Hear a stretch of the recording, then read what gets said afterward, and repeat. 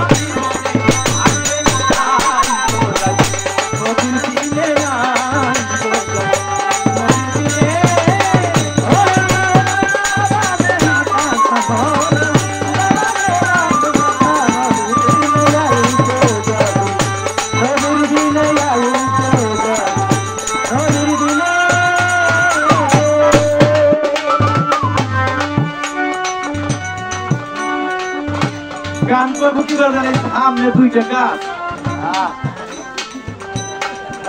এই গাছ দুইটা কি ওরা ঠিক রকম দেখি এটার আপনারা আপনার আছে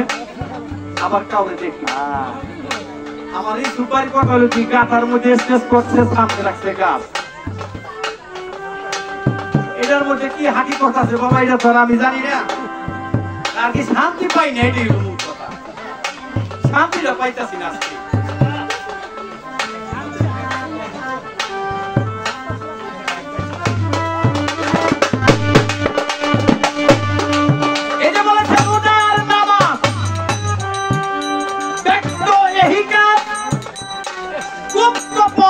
ভক্তির সন্ধানে আই গো যায় এই নদীর তীরে কত কত লালন সাইজি বলেছে যে মুর্শিদ সেই রাসূল ইহাতে নাই কোন ভুল খোদা সে হয় এমন কথা কই না লালন সে কথা আল্লাহ কোরআনে তাহলে দুনিয়ার বুকে যারা মহামানবতার গুরু যারা আছে বাবা তাদের কাছে অমূল্য দোকান যাহার কিছু চাবে তাহাই তার কাছে আছে কিছু তবে নেওয়ার মতো একটা ভাণ্ডারও প্রয়োজন আছে ওই রকম ভাণ্ডার যদি না হয় সেখানে এখানে কিন্তু বস্তু গুরু কিন্তু ভক্তের কাছে ভক্ত তো হইলে ভক্ত হয়েই গেল, এই ব্যক্তির কাছে রাখে না। ওইরকম একটা বান্ধ তৈরি করতে হবে, আগে সেই বান্ধ